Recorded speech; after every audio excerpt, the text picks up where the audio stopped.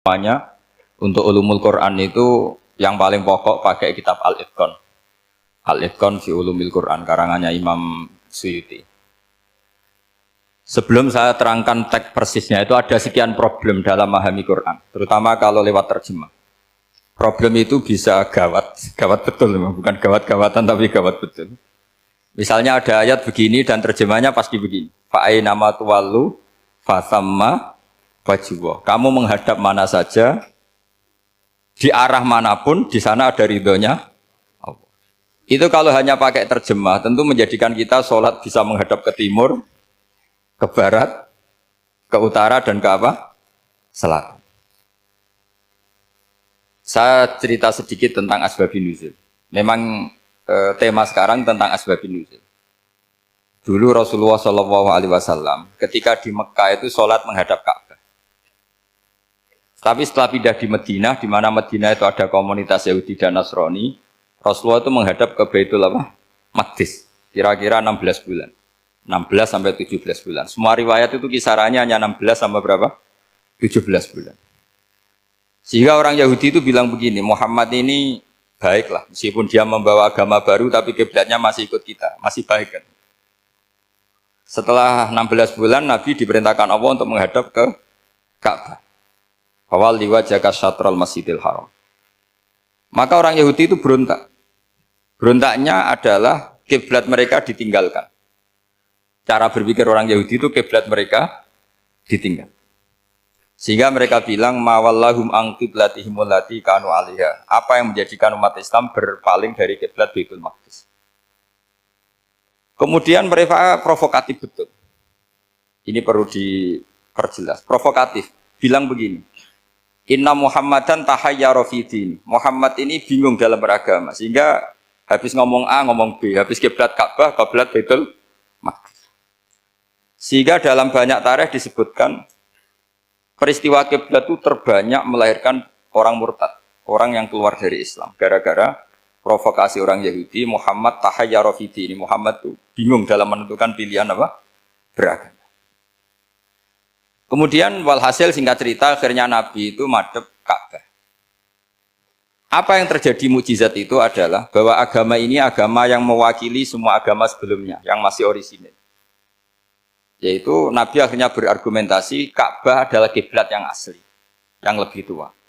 Terus mereka tanya, buktinya apa? Dijawab oleh Quran, fihi ayatum bayyinatum maqamu apa? Ibrahim. Ka'bah bukti tertua adalah di situ ada makam Ibrahim. Makam itu jejak kaki. Ya kalau bahasa Indonesia makam itu kuburan. Kalau dalam bahasa Arab makom itu jejak apa? Jejak kaki. Sehingga diketahui oleh sejarah dibuktikan di situ ada jejak kaki siapa? Nabi Ibrahim. Sementara nisbatnya Baitul Maqdis itu adalah kepada Nabi Musa dan Nabi Harun. Yang ini adalah turunan dari Nabi siapa? Ibrahim.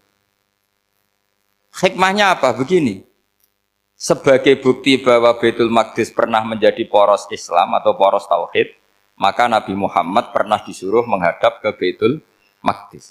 Buat inget-ingetan kalau ini pernah menjadi poros apa? Tahu? Tapi tetap tua-tuaan masih tua apa? Ka'bah. Nah, kenapa tua Ka'bah tadi? Karena Ibrahim adalah Abul Anbiya, bapak dari para. Dan di situ ada jejak kakinya. Fihi ayatum bayyinatum maqam. Bukti itu belum cukup. Dibuktikan lagi bahwa Ismail kecil itu hidupnya di Ka'bah. Kita tahu sa'i bainas Safa wal Marwah adalah karena Siti Hajar sedang mencari apa? Air. Jadi ada bukti sekian, bukti empirik bahwa Ibrahim itu kiblatnya itu Ka'bah, bukan Baitul. Sehingga ada kata-kata fihi ayatum bayyinatum maqamu. Nah, tanpa ngerti asbabun nuzul, kamu akan mengartikan fa'ainama tuwallu fasamma wajhuhu itu salah. Karena di situ kamu menghadap mana saja, maka di situ ada ridhonya Allah. Maka para ulama memberi catatan, maksudnya begini, kamu menghadap kemana saja, asal itu yang diperintahkan Allah, maka di situ ada ridhonya. Harus seperti itu maknanya, disesuaikan dengan konteks asbabun nuzul. Tanpa seperti itu tidak bisa. Dan masih banyak lagi kepentingan tentang asbabun nuzul. Jadi problem sekarang adalah banyak mufassir yang hanya mengartikan dari terjemah. Itu bahaya sekali. Sehingga ada orang yang menikah secara mut'ah. Itu kan mirip kayak transaksi zina. Mereka berdalil famastam ta'tum bihi minhunna fa'atuhunna ujurahun. Perempuan yang sudah kamu nikmati yang penting kamu bayar. Terjemahnya seperti itu. Karena ujur itu jamaknya ujroh. Itu fatal sekali. Padahal ayat itu begini, settingannya begini. Setting siakul kalamnya atau asbabun nuzulnya begini. Ini sekaligus, memang saya sengaja ngaji dengan tema yang berat. Bentuk penghormatan pada yang ngaji. Kalau temanya ringan kan kayak TPG. Jadi ini supaya gue keren-kerenan, ini ada doktor Pak Oni pernah dekan Fakultas Hukum. Jadi kalau saya nanti salah tinggal ditangkap saja, gampang kan? Tapi nangkap saya berurusan dengan Tuhan. Jadi kalau orang dekat Allah itu yang tanggung jawab itu Allah. Jadi dia bisa menang di kepolisian tapi kalah di hukum Tuhan. Jadi kalau berhadapan-hadapan dengan saya. Begini asbabun nuzulnya begini. Wal muhsanatu minan nisa yang awal juz 5 itu ya kita santai aja. Yang awal juz 5 itu sebetulnya maktuf diatafkan pada ayat hurrimat alaikum ummahatukum wa banatukum wa akhwatukum wa ammatukum wa kholatukum wa banatul akhi wa banatul ukhti. Jadi perempuan yang haram dinikah itu ada 7. Yang faktor nasab yaitu siapa? Ibu, putri, saudara putri, bulik dari bapak, amah itu bulik dari bapak, kholah itu bulik dari ibu, keponakan dari saudara lelaki, keponakan dari saudara perempuan. Ini disebut haram karena nasab gen. Kalau orang Jawa bilang hanya 4 karena ngitungnya bulik baik dari bapak maupun ibu. Kalau orang Jawa bilang kan bulik terus keponakan dihitung 1. Padahal ada keponakan dari saudara lelaki, ada keponakan dari saudara apa? Perempuan. Wa banatul akhi wa banatul ukhti. Terus kedua, haram karena rodok. Kita tahu dalam hukum Islam, rodok adalah sama dengan nasab. Jadi ibu yang pernah menyusui kamu berarti jadi ibu kamu.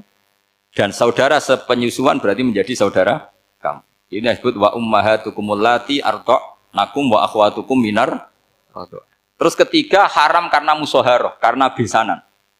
Jadi pagi ini misalnya saya nikah dengan Sri, bilang qabiltu nikaha wa taswijaha bil marhil madkur. Setelah nikah dengan Sri ini otomatis ibunya dia menjadi mertua.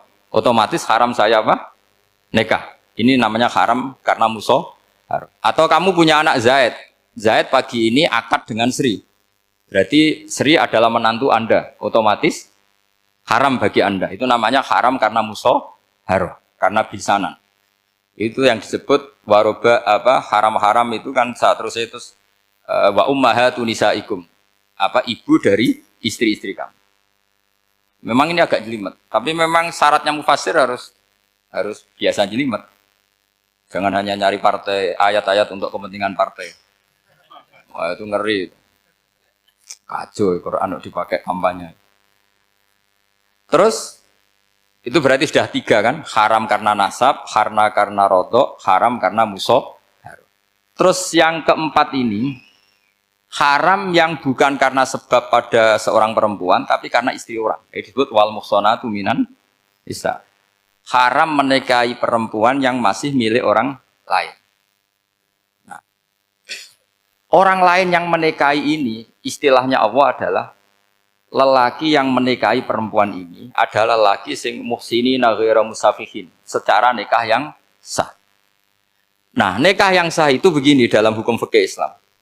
Saya nikah dengan Sri, kalau hanya akad, itu saya wajib bayar mahar hanya separuh. Jadi kalau saya janji bayar 1 miliar, berarti wajib bayar berapa?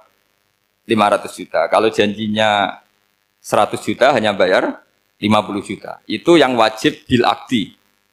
Nanti wajib sepenuhnya nunggu bil jima. Kalau sudah hubungan intim, baru wajib 100%. Jadi kalau ada di Jawa, nikah dengan seperangkat alat sholat, itu yang atasannya tok, itu wajib karena akad. Nanti bawahnya nunggu setelah hubungan apa? Intim. Ini hukum Quran, bukan hukum saya.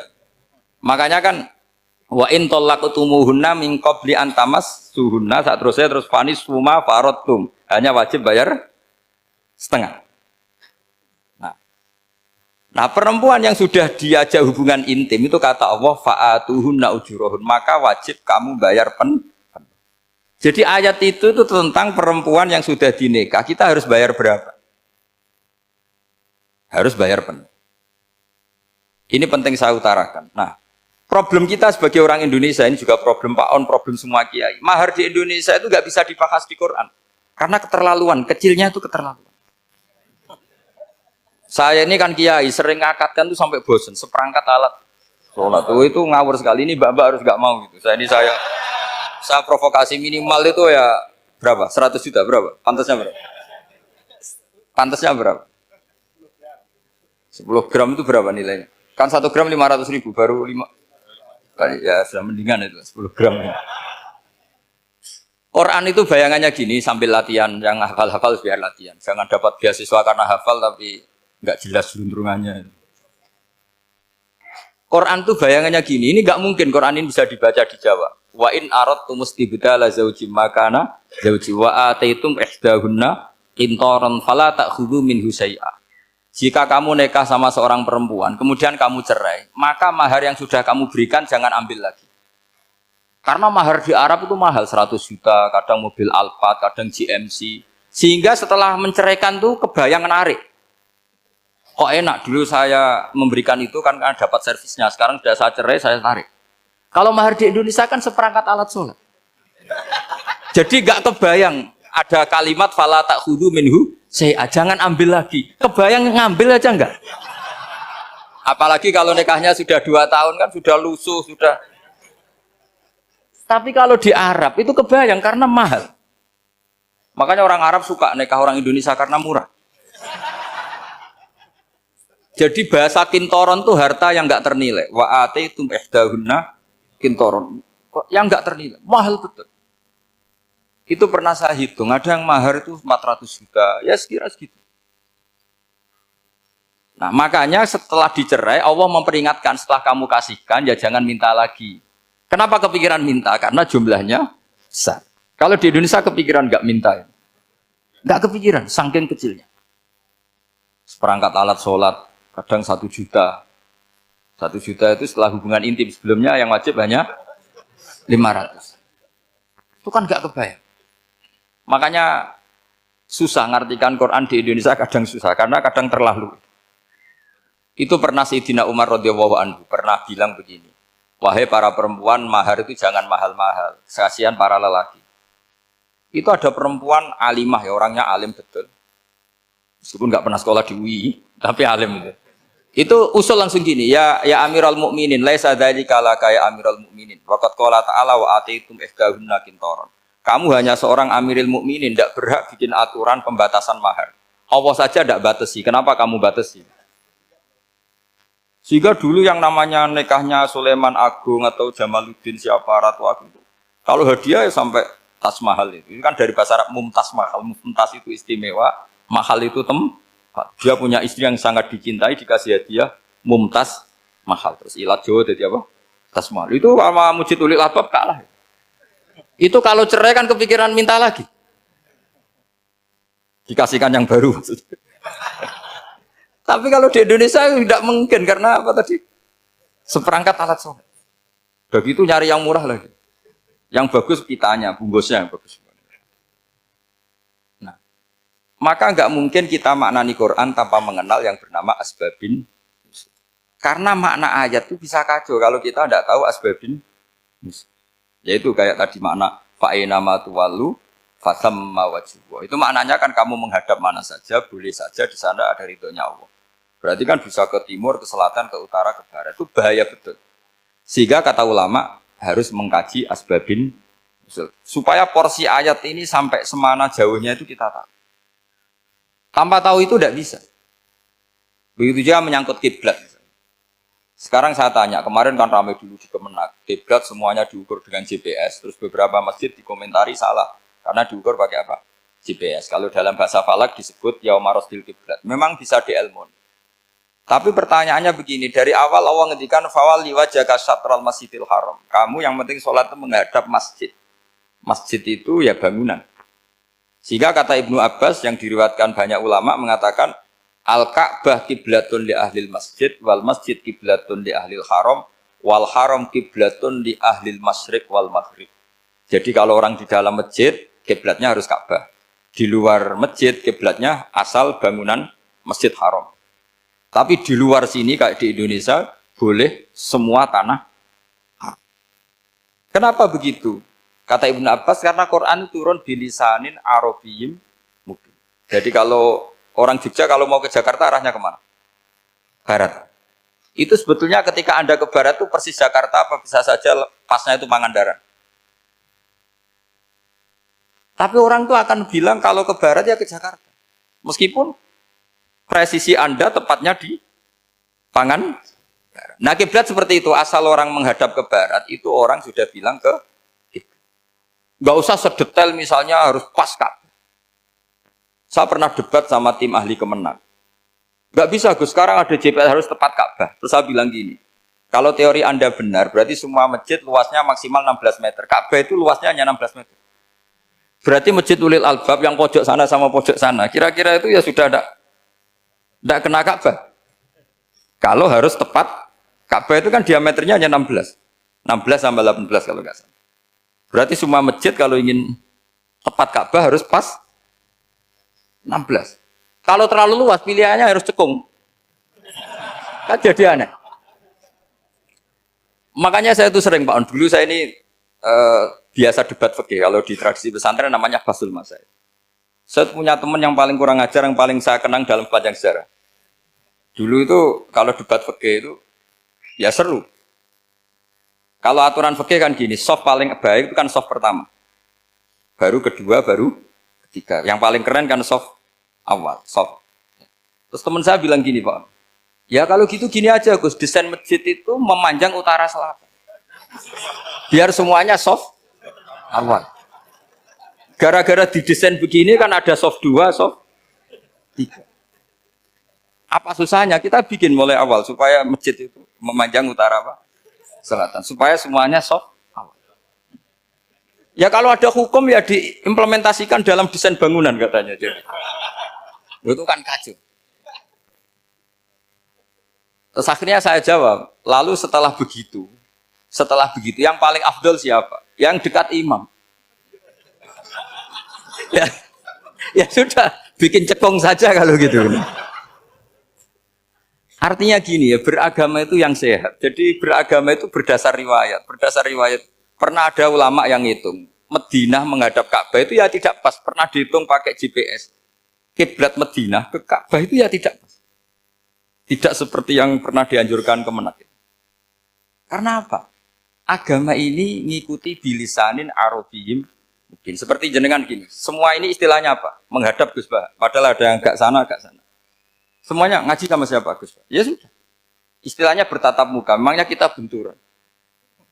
Ini bahasa. Jadi seperti ini semua namanya apa? Beradab. Padahal ada yang agak samping, agak samping. Ka'bah juga gitu. Sebenarnya tidak se-ekstrim yang dibayangkan orang-orang. Cuma kalau bisa tepat, ya kita harus tepat. Tapi tetap saja tidak perlu 16 apa? Meter.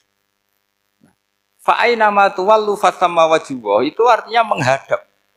Menghadap itu menghadap arah. Makanya Allah tidak dawuh fawalli wajhaka nahwal Ka'bah tapi fawalli wajhaka syatrul Masjidil Haram. Jadi ini penting saya utarakan supaya kita familiar dengan istilah-istilah Quran. Istilah Quran itu gampang sebenarnya. Kalau kita kaji itu gampang. Problem kita tidak pernah mengkaji. Jadi semuanya asing. Kalau kita mengkaji itu gampang sekali. Saya punya sekian cerita betapa pentingnya mengkaji Quran. Harun Ar-Rasyid itu dinasti Bani Abbasiyah. Itu pinter sekali. Ada seorang ustadz yang agak ekstrim. Itu datang ke Harun Ar-Rasyid. Ya Amirul Mukminin, inni nasihun laka famusaddidun alaika. Fala tajidanna alayya fi nafsika syai'an. Saya mau nasihati kamu tapi saya mohon jangan masukkan hati. Karena nasihat ini penting. Tapi saya akan keras, vulgar. Akan keras, kritik saya akan keras. Karena Anda sebagai Amirul Mukminin tidak pecus. Apa kata Amirul Mukminin Harun Ar-Rasyid? Uskut ya Ustadz. Sebagai riwayat uskut ya jahil. Kamu itu Ustadz bodoh, tidak usah banyak omong. Terus kita, kenapa saya bodoh? Terus dibacakan ayat faqula lahu qaulal layyina la'allahu yatadzakkaru au yakhsha. Inna wa ta'ala qad arsala man huwa khairun minka ila man huwa syarrun minni. Wa ma'a dzalika qala ta'ala faqula lahu qaulal layyin. Allah pernah menugaskan seorang yang lebih baik ketimbang kamu, yaitu Musa dan Harun. Musa dan Harun adalah seorang nabi. Kepada orang yang lebih buruk ketimbang saya, yaitu Fir'aun. Itu saja etikanya faqula lahu qaulal layyin. Kamu kalau ngomong yang halus, yang baik, yang berperadaban, kok kamu sama saya mau kasar? Akhirnya ustadznya ternyata pinter kamu, ya pinter aku. Jadi semudah itu. Allah itu menugaskan orang yang lebih baik ketimbang kamu, yaitu Nabi Musa. Kepada orang yang lebih buruk ketimbang saya, yaitu Fir'aun. Itu saja ada etikanya. Kok kamu sama saya mau tambah etika? Mau main kasar hanya karena kamu merasa nasihat Anda benar? Jadi gampang sekali memahami Quran.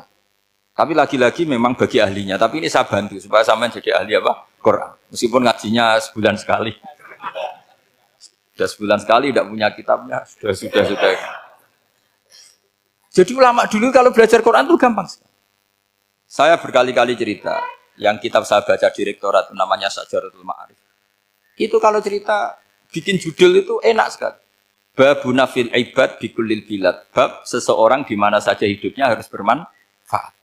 Terus dalilnya itu hanya mengutip makalahnya Nabi Isa, wa ja'alani mubarakan ainama kuntu. Ciri utama seorang nabi apa? Saya di mana-mana adanya berkahi orang lain. Jadi berkah bagi orang lain. Maksudnya tidak jadi problem bagi orang lain.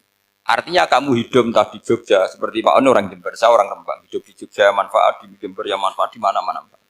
Saya pernah di Korea seminggu ya manfaat. Saudara kita TKI yang di Korea ya manfaat, di sana bikin masjid, bikin apa. Karena ngendikane Allah menceritakan Nabi Isa siapa? Wa ja'alani mubarakan ainama kuntu. Saya adalah orang yang di mana-mana berkah. Artinya manusia eksistensinya harus seperti itu, hidup di mana saja. Gampang sekali memahami. Pernah Imam Syafi'i ditanya, kalau kamu nggak kehilangan air atau nggak ada air di satu daerah, cari-cari dulu sampai nggak ketemu. Setelah nggak ketemu air, baru kamu boleh tayam. Imam Syafi'i ditanya, apa dalilnya harus mencari dulu? Kalau nggak ada air ya langsung tayamum saja. Kenapa harus nyari-nyari dulu? Jawabnya Imam Syafi'i itu gampang sekali. Qala ta'ala falam tajidu ma'an. Kemudian kamu tidak menemukan air. Di mana-mana tidak menemukan setelah mencari. Kalau belum mencari namanya tidak tahu. Kan ayatnya kan falam tajidu ma'an. Kemudian kamu tidak menemukan air. Tidak menemukan tuh nyari dulu apa langsung ambil sikap? Nyari dulu, baru kesimpulannya tidak ketemu. Kalau belum pernah nyari namanya tidak tahu. Segampang itu ulama dulu memahami Quran karena konstruksinya utuh. Yaitu mereka tahu betul bahwa Quran itu bilisanin Arabiyim. Ketika Futuhat Syam, Syam dulu itu dikuasai tentara Romawi. Era Sayyidina Umar Futuhat. Yerusalem dikuasai tentara Islam. Itu awal Sayyidina siapa? Umar radhiyallahu anhu. Ketika Futuhat mau ada pesta besar-besaran. Tapi Umar menolak. Ketika menolak, kenapa Anda menolak? Beliau hanya membaca ayat innallaha ta'ala ayyara qauman faqala adhabtum thayyibatikum fi hayatikumud dunya. Allah itu mengkritik satu komunitas kaum yang zaman di dunia menghabiskan semua kenikmatan. Maka kita tidak perlu syukuran besar-besaran. Jangan-jangan jatah kita di akhirat kita habiskan di dunia. Itu adhabtum thayyibatikum fi hayatikumud. Semudah itu. Semudah itu ulama. Rasulullah pernah dahar, pernah makan. Makan karena 3 hari gak makan, cara di Indonesia gak makan nasi, gak makan daging, sudah lama sekali. 3 hari Nabi itu hanya makan kurma dan air putih. Pernah Nabi gak makan roti sampai 3 hari. Kalau Indonesia mungkin gak makan nasi.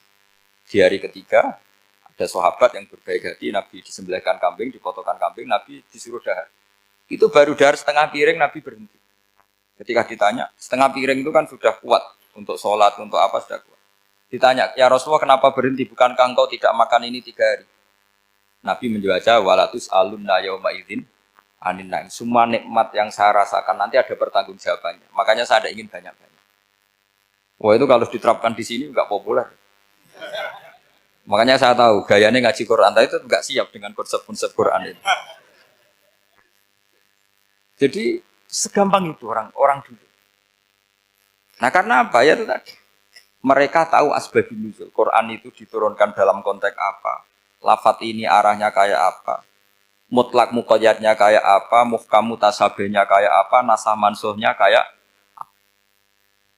Nah sedikit saya cerita ini mungkin contoh terakhir. Supaya agak lama-lama. Nanti bingung kalau lama. Yang bingung ya saya. Bingung cara memahamkan. Jadi kalau guru itu kan bingung cara memahamkan. Kalau murid bingung cara memahami. Nggak tahu tingkat kebingungannya sama. Kalau guru itu bingung cara memahamkan. Kalau murid bingung cara. Jadi ini pertemuan dua kelompok bingung. Jadi yang satu bingung cara memahamkan. Yang satu bingung cara. Kalau orang ekstremis bingung cara merusak suasana. Itu nggak benar itu. Ada loh. Rasulullah itu nabi. Itu paling pusing yang ngadepi orang-orang yang ekstrem. Karena apa? Cara berpikir itu lompatannya itu nggak tertib. Jadi Nabi itu cara berpikir itu kecerdasan nubuah. Sementara orang ekstrim cara berpikir itu kecerdasan nafsu. Bukan kecerdasan manusia. Kalau manusia masih baik nafsu. Misalnya begini, kalau dalam tradisi nubuah itu. Saya dengan Pak Anu berteman lama. Mulai tahun 2000 berapa. Itu kalau Pak Anu bertamu ke saya, harusnya tidak usah tak kasih makan. Karena sudah dekat. Tapi kalau kenalan baru itu dikasih makan, disangoni. Jadi Nabi itu perilakunya agak unik. Akhirnya ada orang yang cara berpikir itu dangkal. Ya Rasulullah ini tidak fair. Yang iman lama tidak diservis, yang iman baru diservis. Cara berpikir Nabi begini. Orang Ansor itu kan sering memberi Nabi. Perjuangannya Nabi ditopang orang apa? Ansor. Donatur lah, kira-kira orang Ansor itu donatur. Donatur itu keren. Karena donatur itu artinya al-yadul ulya khairum minal yadis. Sehingga ketika Nabi sudah menguasai negara, menguasai Mekah Medina, sudah futuhat, itu orang Ansor tetap nggak diservis. Yang diservis Nabi itu orang-orang baru masuk Islam, disebut wal mu'allafati qulubuhum atau Islam mu'allaf. Ada 1-2 orang yang protes, tentu yang nggak pinter. Tukang protes pasti tidak pinter. Wong iskal-iskalnya sendiri, otaknya nggak sampai-sampainya sendiri, orang lain disuruh jawab. Makanya di sini tidak ada tanya jawab. Nanti iskal-iskal kamu sendiri, bingung-bingung kamu sendiri, saya disuruh jawab. Berarti Gus Pak nggak mau ditanya, ya memang nggak mau karena tadi jawab sendiri aja. Nanti pinter sendiri, kapan-kapan pinter sendiri. Akhirnya tanya begini, cara tanya gini, ya Rasulullah, ini nggak fair. Orang sudah Islam lama setelah negara terbuka milik Anda, setelah kita menang, setelah kita menguasai negara, tidak kamu servis. Sementara yang baru Islam kamu. Nabi itu bertanya senyum-senyum, rileks saja. Lama-lama tambah ekstrim pertanyaan. Kata Umar, ya Rasulullah saya beri izin untuk membunuh orang ini. Umar itu pikirannya karena mangkel lo Nabi. Nabi jangan. Kalau kamu bunuh, nanti apa kata orang banyak? Inna Muhammad dan yaktulu ashabah. Dikira Muhammad membunuh sahabatnya sendiri. Nabi masih mendengar. Komplainnya masih mendengar. Lama-lama Nabi memberi penjelasan. Kamu ini orang Ansor. Kamu biasa memberi saya, memberi dana perjuangan. Memberi itu hebat. Saya tidak ingin menurunkan grade Anda. Grade sebagai pemberi, berarti kelasnya elit. Sekarang menjadi penerima. Itu tidak bagus. Itu betapa Rasulullah ini namanya kecerdasan nubuah. Kalau orang biasa memberi, biar memberi saja. Supaya dia tetap heroik, tetap patriotik, tetap keren. Karena mentalnya Jangan sampai dari mental memberi, kemudian mentalnya peminta. Jadi kalau Pak On jadi tim suksesnya Pak Jokowi itu ya tidak minta-minta. Kalau dulu kampanye ya kampanye saja. Biar memberi terus nggak pernah minta. Meskipun akhirnya ya gelong. Tapi Nabi dulu tidak gitu. Jadi orang Ansor itu nggak pernah diservis. Padahal jasanya kayak gitu. Supaya kelasnya tetap kelas elit. Yaitu pemberi, penanggung jawab. Nabi nggak ingin orang Ansor turun grade menjadi penerima. Orang-orang yang cerdas nubuah menerima konsep Nabi seperti itu. Lo tanya sama Pak On, saya dadani terjemahan UI itu puluhan tahun sama Pak. Itu beliau ke kontrakan saya ke rumah beliau. Tidak pernah berharap apa. Saya sangat tertutup. Bukan apa-apa ya, kalau ingin memberi saja. Kontribusi saya pada Al-Quran. Saya tidak kepikiran mendapat. Supaya heroik. Tapi orang-orang yang cerdas amatir tadi, ini nggak fair. Wong yang memberi lama kok dapat servis sedikit. Nah, sekarang itu problem zaman akhir sudah mulai seperti itu. Nah, orang ini namanya Dzul Khuwaisirah. Ini yang nanti punya anak turun Khawarid. Khawarid itu orang yang ibadahnya hebat, tapi cara berpikir tentang nubuah salah. Kalau orang lagi khawarij itu orang ibadahnya hebat, tapi cara berpikir nubuah salah. Nubuah itu unik. Nubuah itu cara berpikir tadi. Apa ya? Melihat sesuatu yang benar biar benar terus. Gitu. Yaitu tadi, mental memberi itu ya biar memberi terus, tidak usah di-share. Maka ketika Abu Bakar jadi khalifatul Rasulullah, itu ada sistem kepegawaian. Itu gajinya Umar yang sudah Islam lama, gajinya Abu Bakar yang sudah Islam lama. Itu sama Abu Sufyan sama, padahal Islamnya Abu Sufyan baru setelah Fathu Mekah, kira-kira baru setahun. Terus diprotes sama orang-orang, ini Islam lama kok gajinya sama Islam yang baru setahun kok sama. Kata Abu Bakar, fadhailuhum indallah. Mereka punya kelebihan Islam lama itu indallah. Nanti balasannya biar surga. Kalau di dunia sesuai profesinya. Artinya profesi kalau penjaga kantor ya berapa, kalau dosen berapa, pokoknya ya sudah. Dan itu diterima oleh sahabat. Semuanya nerima konsep itu. Era Umar agak dibalik. Abu Sufyan kira-kira gajinya 1 juta, yang lainnya yang menangi Nabi mulai awal gajinya 10 juta. Ditanya, ya Umar, kenapa ini jadi rubah seperti kebijakan Abu Bakar, tidak seperti Abu Bakar? Jawabnya Umar lucu. Fawwah la usawwi baina man qatala Rasulullah wa baina man qatala ma'a Rasulillah. Demi Allah saya tidak akan pernah menyamakan orang yang dulu merangi Rasulullah yaitu Abu Sufyan dengan orang sing selawase dari Rasulullah yaitu Sayyidina Ali dan sebagainya. Ini penting. Artinya ketika gajinya orang saya seperti Ali radhiyallahu anhu itu tinggi itu bukan karena lamanya Islam, tapi karena lamanya iman. Jadi mulai dulu ijtihad itu ada dan dulu dia biasa saja. Karena tadi ada kecerdasan nubuah. Saya ulang lagi, ada kecerdasan apa? Sekarang itu kecerdasan tomak atau kecerdasan nafsu. Itu kalau sampai ngaji kitab tasawuf, itu bab bakhil itu tidak ada. Menurut kitab tasawuf, medit itu tidak ada, kikir itu tidak ada. Yang ada itu tomak. Tomak itu berharap dikasih orang lain. Sampean pernah enggak bilang kalau artis-artis di Jakarta kikir? Enggak pernah kan? Karena kamu enggak pernah ingin diberi. Tapi kalau kamu punya pacar karena kenal enggak pernah ditraktir, oh pacar saya kikir. Karena kamu ingin diberi. Pernah enggak kamu ngukumi orang lain kikir yang enggak kenal? Padahal enggak pernah memberi kamu. Apa Kak? Karena kamu enggak pernah ini. Coba sekarang kamu saya tanya, ini latihan cerdas. Definisi kikir itu apa coba? Enggak pernah memberi kamu kan? Artis-artis Jakarta, tokoh-tokoh nasional pernah nggak memberi kamu? Enggak kan? Tapi enggak pernah kamu vonis kikir. Karena kamu enggak pernah tomak. Tapi pacar kamu, kok amin ditraktir terus? Atau istri kamu, atau mertua kamu, kok enggak ngasih warisan, kamu bilang kikir enggak? Sebabnya kikir betul apa karena kamu tomak, berharap? Tomak. Maka di kitab tasawuf itu enggak ada bab kikir, yang ada bab tomak. Karena asal usul menvonis orang kikir itu karena tamak. Maka jangan banyak kenal orang, nanti banyak hukum kamu kan. Sombong juga gitu, di tasawuf itu enggak ada bab sombong. Karena orang hukumi orang lain sombong itu karena kamu ingin dihormati. Ada orang enggak kenal, terus lewat saja enggak tanya kamu bilang sombong enggak kan? Tapi kalau kenal, oh sombong betul, kenal enggak tanya kan itu. Jadi tasawuf itu sisi unik dari khazanah Islam. Makanya di tasawuf itu enggak ada kritik terhadap kikir. Ya tentu kikir itu buruk, pasti ya kikir itu buruk. Tapi nggak perlu dikritik. Jangan-jangan yang salah kamu. Mau kenal Pak On di PPAI terus ingin jadi sekretarisnya. Terus ingin kenal Pak Jokowi ingin jadi menterinya. Nanti kenal rektor ingin jadi pegawainya. Ketika nggak diturutin bilang Pak Rektor kikir. Tapi orang lain ya Kak pernah berharap. Mungkin nggak menvonis Pak Rektor atau Pak On ini kikir. Enggak kan? Berarti vonis kikir itu status orang itu apa nggak kesampaian niat kamu? Memang agak jelimet ilmu tasawuf itu, tapi itu unik. Itu bagian dari khazanah apa? Islam. Makanya Rasulullah itu sering isti'adah, minta perlindungan wa min toma'in fi ghairi matma'in. Ya Allah, saya tidak ingin berkeinginan yang tidak layak. Karena semua dunia ini dimulai dari keinginan. Coba kamu protes negara itu karena apa?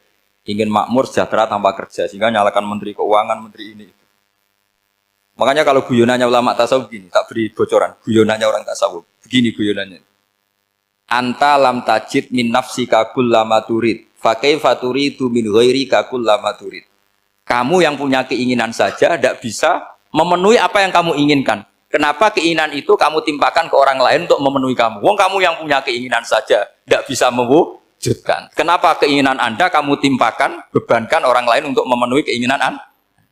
Misalnya kamu, Gus saya ini goblok, tolong pinterkan. Wong kamu yang ini saja tidak bisa, kok menyuruh saya? Jadi kalau tiap tasawuf itu unik. Seperti kamu mencintai istri tulen, itu ingin kan dicintai istri tulen. Kamu sendiri kan nggak bisa cinta tulen, masih pelengahan sana sini. Kamu pacaran, ingin pacar kamu setia. Ternyata kamu bikin sekian alternatif. Kalau putus ini punya ini, putus ini. Tapi kamu ingin ini setia, kan nggak fair. Makanya guyonnya orang tasawuf itu, anta lam tajid min nafsika kullama turid, fakai faturi tu min ghairika kullama turid. Gampang tuh apalane, pokoknya ratrit gitu aja gampang. Jadi kamu yang punya keinginan saja tidak bisa memenuhi. Kok orang lain disuruh memenuhi. Sehingga orang tasawuf itu malu betul. Misalnya saya kok ingin Pak On takdim sama saya itu kurang penggawean. Kalau saya ingin ditakdimi saya menakdimi diri saya sendiri. Makanya berbahagialah orang yang ngilu terus saya ganteng sendiri ya Allah. Saya kaya sendiri. Menunggu orang lain bilang kamu kaya itu repot. Menunggu orang lain bilang kamu hebat itu, ya sudah bilang aja ya Allah saya hebat, ya Allah saya ganteng, ya Allah saya cantik. Daripada menunggu orang lain bilang apa? Cantik. Jadi ilmu tasawuf itu unik. Jadi kalau fikih itu yang dikritik itu kikir. Kalau tasawuf enggak toma. Karena orang yang kamu vonis kikir itu jangan-jangan tidak kikir tapi mementingkan yang lebih penting. Misalnya ada teman yang tidak pernah naktir kamu, ternyata punya ibu sakit, uangnya dianggarkan untuk ibunya yang sakit, atau anaknya sekolah, atau keluarganya masih butuh biaya, ya, sehingga sama teman dia kikir. Hakikatnya kikir apa mementingkan yang penting? Tapi kamu karena nggak pernah ditraktir menvonis kikir. Ini pelajaran. Jadi makanya yang dianteni ilmu tasawuf itu toma, tamak tadi kalau dalam bahasa Indonesia, bukan kikir. Karena vonis kikir itu akan disematkan orang yang tidak kesampaian hajatnya. Pokoknya bapak saya itu, keluarga kiai itu ajarannya itu. Yang penting jangan berharap dari orang lain. Ini Pak On saksinya, saya dulu benahin terjemah itu nggak pernah ingin diperlakukan seperti ini. Ya ngaji aja. Karena pikirannya keluarga kiai itu sederhana. Kalau ngamal ya ngamal saja. Ngamal itu heroik. Makanya buyut-buyut kita semua ini kan pahlawan semua. Membela negara Indonesia jadi merdeka. Ya nggak pernah kebayang jadi presiden, menteri. Tapi sekarang nggak, ngamal sedikit saja harus jadi menteri. Jadi ini bahaya kalau dalam kelangsungan bernegara. Karena orang biasa transaksional. Awal negara ini dibangun berdasar heroik, bukan berdasar apa? Transaksional. Tapi sekarang orang akan membiasakan itu. Apa-apa itu transaksional. Ini tidak bagus untuk kelangsungan bernegara. Apalagi kelangsungan beragama. Sehingga seperti saya ini masih punya desa-desa binaan di Sragen, di pedalaman Papua sekalipun. Saya punya santri banyak di Papua. Itu kalau cerita itu unik-unik. Itu mau Jumatan, itu nggak ada orang 40. Sudah datang setengah 12. Itu datangnya 3 jam. Di situ mau ketemu santri 3. Semua, karena ya akhirnya mereka tanya gini, Pak. Pertanyaannya itu lucu. Gus, boleh nggak Jumatan orang 3? Secara fikih Syafi'i kan harus orang 4. Kemudian mereka tak bilang buat sholat duhur saja. Mereka nggak mau. Wong Jumat kok duhur. Harinya kan Jumat, masa sholatnya?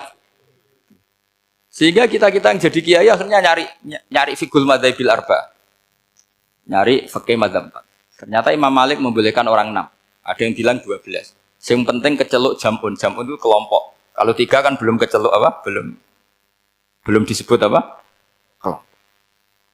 Ini penting saya utarakan supaya kita berjuang itu bukan karena CV seperti ini kayak di Ulil Albab, masjidnya keren, kampus swasta tertua, terus termasuk nomor 1-2 di Indonesia. Oke, kita syukur dengan kebesaran UI.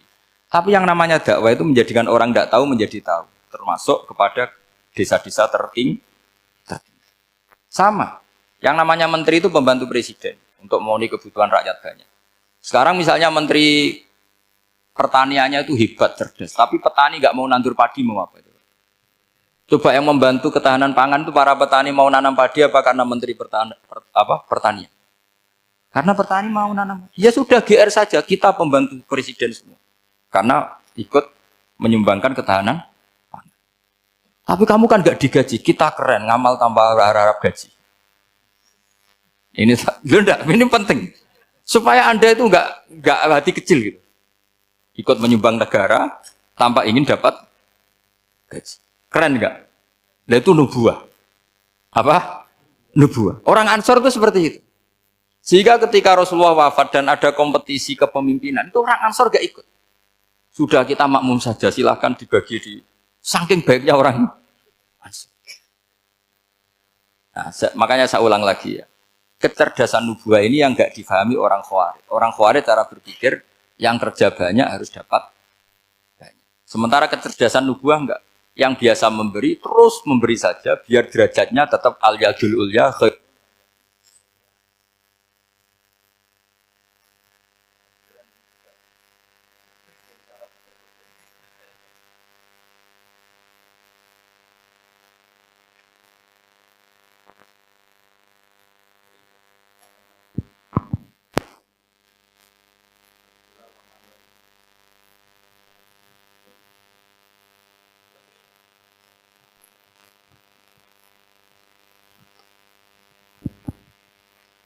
Bismillahirrahmanirrahim. Ini saya baca supaya dapat berkahnya ulama-ulama dulu. Karena ini dikarang oleh ulama yang dipakai rujukan seluruh dunia. Begini, qala Ibnu Taimiyah, ma'rifatu sababin nuzuli yu'inu ala fahmil ayat. Jadi mengenali asbabin nuzul itu membantu memahami secara benar ayat itu.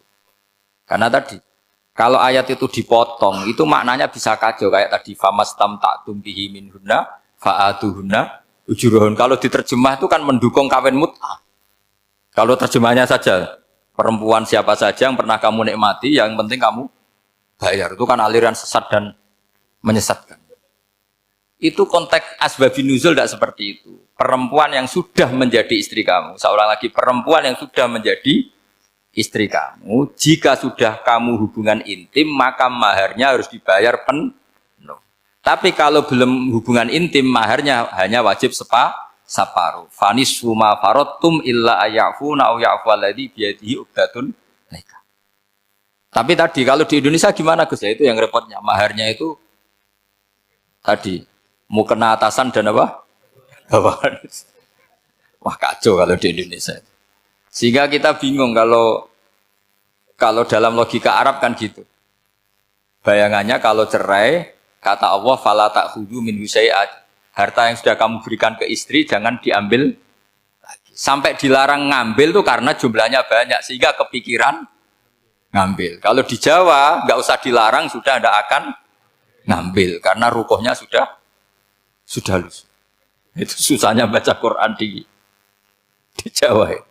Karena dari awal maharnya terlalu apa? Kecil. Terus beliau Imam Suyuti termasuk di sini menyontohkan yang pasti salah kalau difahami yaitu tadi ayat apa itu fa'ina ma tuwallu fastaman apa wajib. Jadi beliau terus meringatkan betapa pentingnya mengenali asbabin nuzul. Karena asbabin nuzul itu gampang. Saya ulang lagi, asbabin nuzul itu gampang.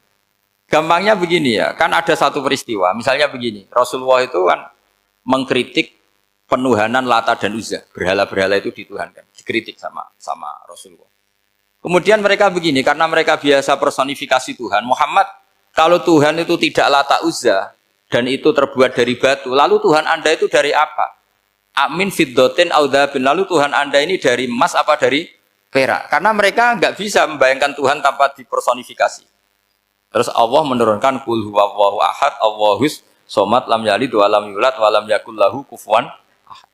Karena otaknya mereka sudah begitu, yang namanya Tuhan itu harus dipersonifikasi. Makanya saya kemarin di Korea seminggu, cerita yang paling unik gini Pak On, ada bos Islam, ada bosnya TKI yang baik.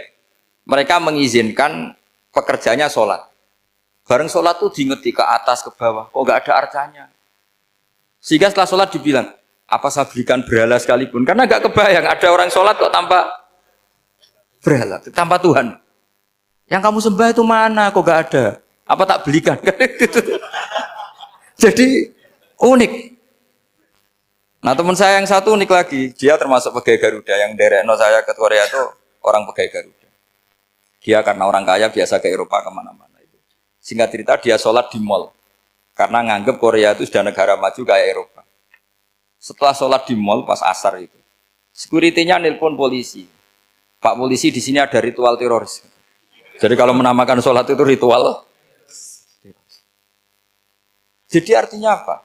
Ritual-ritual yang kita lakukan itu macam-macam cara pandang. Orang ateis itu kan Cina kan Korea itu kan ya Cina lah, Korea, Jepang, RRC itu kan sipit.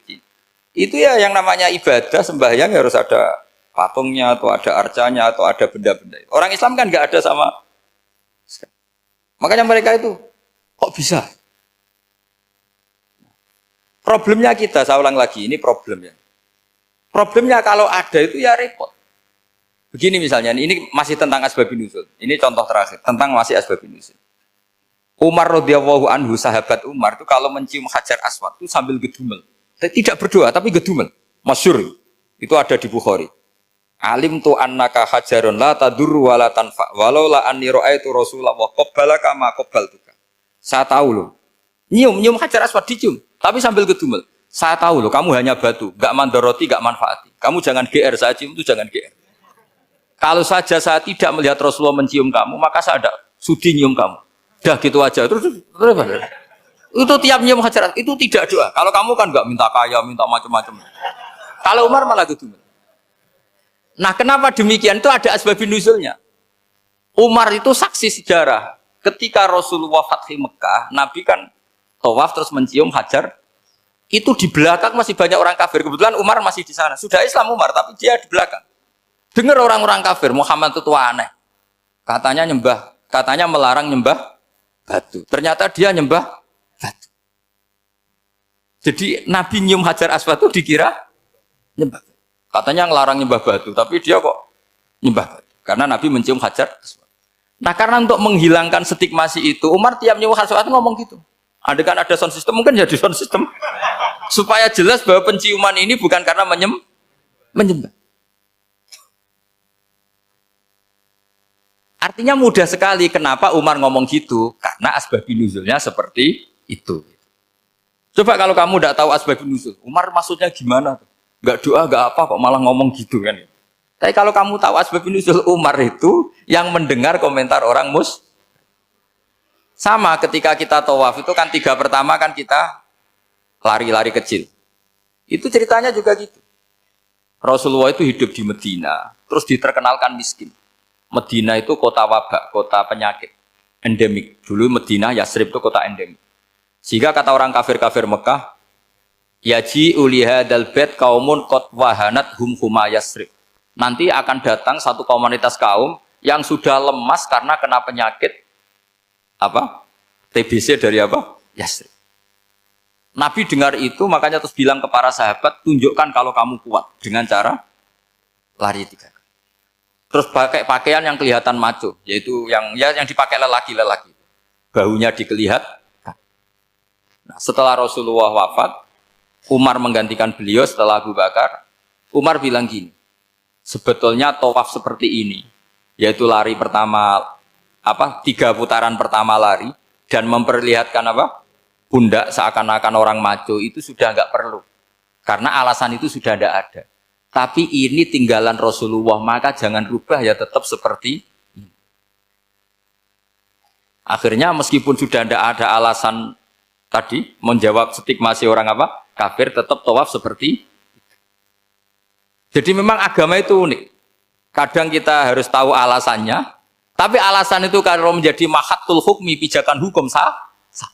Misalnya kamu terus bilang gini, ya berarti tawaf sekarang bebas, gak perlu seperti itu. Kan alasan itu sudah tidak ada. Nah di sini pentingnya riwayat. Riwayat itu begini, logikanya sudah nggak ada, tapi kaifiah itu, cara itu masih kita terus. Dan itu memang, saya ulang lagi, harus tahu asbabun nuzul. Saya beri contoh ya misalnya, wa idza darabtum fil ardi falaysa 'alaikum junahun an taqsuru minas shalah. Terus ayat di mana? In khiftum ayyaftinakumul ladzina kafaru. Jika kamu pergi dalam keadaan takut ditangkap orang kafir atau takut diculik orang kafir, maka kamu boleh mengqasar salat. Itu jelas ada ayat in khiftum ayyaftinakumul ladzina kafaru. Jika kamu takut diculik orang kafir. Sehingga ketika ba'da Fathi Mekah, setelah Mekah dikuasai Islam, Umar tanya, ya Rasulullah, kenapa engkau masih sholat qasar? Bukankah kita sudah aman? Waqad qala ta'ala in khiftum ayyaftinakumul ladzina kafaru. Allah ngendikan boleh mengqasar itu kalau dalam kondisi takut. Waqad kunna fi amrin, sekarang kita sudah aman. Jawabannya Rasulullah itu unik. Ya Umar hadihi sodakotun, fakbalu sodakot. Ini sodakohnya Allah, bonus sudah terima aja, nggak usah catatan-catatan gitu. Sehingga era Umar ya ada lagi yang tanya Umar ke gitu. Terus kata Umar, saal tu dzalika Rasulullah sallallahu alaihi wasallam faqala hadihi sodakot wa fakbalu sodakot. Sudah ini bonus dari Allah, terima saja.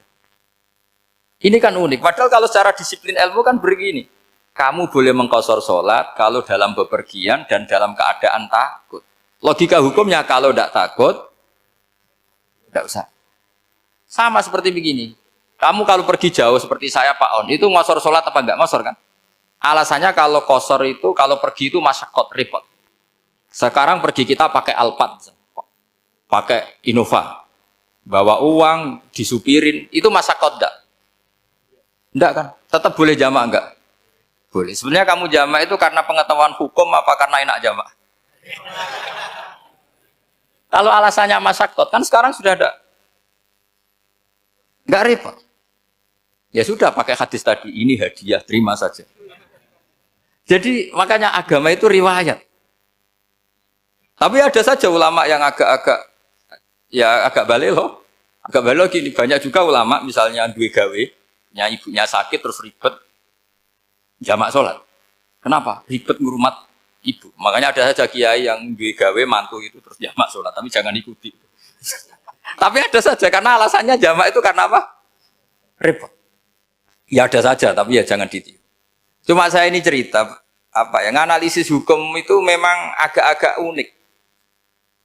Jadi tadi kadang Nabi itu ditanya, ya Rasulullah, kita dulu boleh jamak qashar ini kan karena in khiftum ayyaftinakumul ladzina kafaru, takut diancam orang kafir. Sekarang aman, kenapa tetap jamak? Jawabannya Nabi, ini hadiah, terima saja. Ya ada sahabat yang bantah, kenapa Nabi? Allah itu zat yang baik, kalau sudah ngaji bonus nggak pernah ditarik lagi.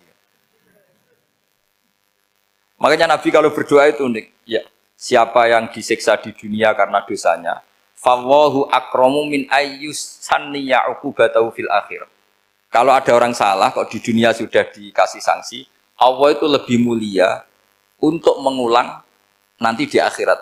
Akram itu Allah terlalu mulia, maksudnya orang kepikiran, wis males ya selesai, tidak akan di. Kalau sampean kan enggak, masih ingin lagi. Jadi itu cara berpikir apa? Nubuah. Jadi berpikir nubuah itu beda. Ada orang pas sujud diinjek sama orang fasik. Diinjek, kemudian si yang sujud tadi, wawah la yaghfiru wallahu laka, demi Allah tidak akan ngampuni kamu. Itu langsung Allah memberi wahyu sama Nabi di zaman itu. Bilangin yang sedang sujud itu, dia harus minta maaf sama saya, kata Allah. Man dzalladzi yata'alla ala fulan. Dia bersumpah bahwa Allah tidak akan memaafkan orang itu. Itu harus diralat. Nabinya iskal, kenapa ya Allah? Yang Tuhan itu saya ini punya sifat dua, bisa menyiksa dan bisa memaafkan. Kenapa dia milih sifat saya satu tidak memaafkan? Akhirnya apa? Orang yang nginjek tadi sama Allah dikasih tobat dan jadi orang soleh. Jadi itu makanya kamu nggak boleh jadi orang ekstrim nyifati Allahnya satu. Nggak boleh, Allah tetap bisa yaghfiru liman yasha wa yu'adzibu may yasha. Sifatnya Allah dua ya tetap dua, nggak boleh kamu pilih satu. Misalnya kamu kan biasanya gini, yang ghafur untuk kamu, yang sadidul uqab untuk orang lain. Mesti kelakuannya sama kan begitu. Nggak boleh seperti itu. Rasulullah kayak apa bencinya sama Wahsy? Karena Wahsy itu qatilul Hamzah. Yang membunuh Sayyid Hamzah siapa? Itu bencinya bukan main Rasulullah. Sampai maksud-maksud Wahsy. Tapi sama Allah malah diturunkan ayat laisa laka minal amri syai'un aw yatuba alaihim aw yu'adzib. Muhammad, meskipun kamu kekasih saya itu tidak wilayah kamu, maafkan atau enggak, terserah saya, kata Allah. Ternyata betul, malah Wahsy dikasih tobat. Nah sekarang enggak, orang itu nyifati Allah sama orang lain syadidul iqab, kalau sama dirinya enggak boleh seperti itu. Allah ya sifatnya tetap dua. Jadi boleh kamu misalnya berdoa, ya Allah mbak yang cantik itu semoga dapat jadi istri saya. Mbaknya juga boleh berdoa, ya Allah naudzubillah min dzalik. Jadi ini adu kekuatan, nanti terserah nanti Allah pihak yang mana. Kayaknya pihak yang perempuan mungkin. Karena kasihan kan kalau cantik dapat orang apa? Jelek. Saya tuh andaikan boleh fatwa fikih, yang saya haramkan tuh orang jelek dapat orang jelek. Karena kasihan anak-anaknya, tahu-tahu jelek banget. Jadi kan kasihan itu. Jadi dalam Islam itu seperti itu. Jadi apapun benci kita sama musuh kita, Allah bisa saja memperlakukan musuh kita secara baik. Karena Allah itu yaghfir. Tetap kita harus sifati Allah yaghfiru liman yasha wa yu'adzibu. Jangan karena kita benci seseorang seakan-akan Allah sama dia pasti yu'adzib. Pasti menyek. Itu yang dicontohkan Allah kepada Rasulnya, itu beliau tidak cocok sama Wahsy, malah Wahsy dikasih petunjuk. Makanya terus ada ayat apa? Laisa laka minal amri syai'un aw yatuba alaihim aw yu'adzib. Muhammad, tidak wilayah kamu, saya menentukan mengadab atau mengam. Makanya rata-rata kiai ulama itu halim. Orang halim itu rileks. Layinal janib, tidak gampang menvonis orang lain. Biar Allah tetap dengan sifatnya yaf'alu ma biasa, bahwa Allah bisa melakukan apa saja. Soal kamu benci sama seorang, benci saja atas nama kamu. Jangan nyatut-nyatut Allah. Misalnya kamu cinta seseorang, wah ini yang calon presiden ini harus jadi presiden. Ternyata Allah menghendaki jadi menteri, mau apa? Ya Allah ya falu maya, mau apa coba? Yang kiai atau Pak On, DPAI, patutnya kan menteri agama itu Pak On. Tapi kalau Pak yang takdir gitu mau apa? Ya sudah, Allah ya falu. Santai aja. Itu rileksnya ahlul ilmi, ya sudah santai saja. Ini negaranya Allah, ini kerajaan Allah, ini buminya Allah, ya Allah biarin ya falu. Mas, jadi Tuhan Allah kamu yang repot. Kira-kira jadi Tuhan itu Allah kamu yang repot. Ya Allah biar tetap ya falu. Maya, Allah boleh yaghfir liman yasha wa ya'tibu. Maya. Saya kira demikian.